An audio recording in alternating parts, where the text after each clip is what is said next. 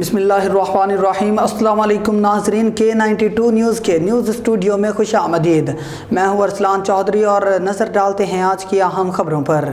कराची से अपडेट देंगे। सिंध ताजर इत्तेहाद के चेयरमैन जमील अहमद पराचा ने कहा कि ताजरों को दरपेश मसाइल के हल के लिए कोशां हैं, कानून की बालादस्ती पर यकीन रखते हैं और लाकानूनियत का मुकम्मल खात्मा चाहते हैं। ताजरों के खिलाफ किसी भी शिकायत पर ताजर रहनुमाओं को एतमाद में लिया जाए। सिंध ताजर इत्तेहाद के चेयरमैन का कहना था कि मैं तस्दीक करता हूँ, इमरान कालिया दुकान नंबर 5, जिशान दुकान नंबर 6 और दानियाल मक्का सेंटर दुकान नंबर 12 गारमेंट्स पर पुराने दुकानदार हैं और इनकी रिटेल का काम है।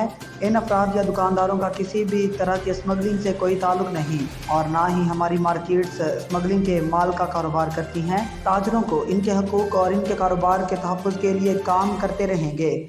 गैर कानूनी माल की खरीदो फरोख्त की हिमायत नहीं कर सकते। बिला वजह किसी भी ताजर को परेशान ना किया जाए। तमाम ताजर मुश्किल वक्त में सिंध इत्तेहाद और अपने भाई जमील पराचा को अपने साथ पाएंगे।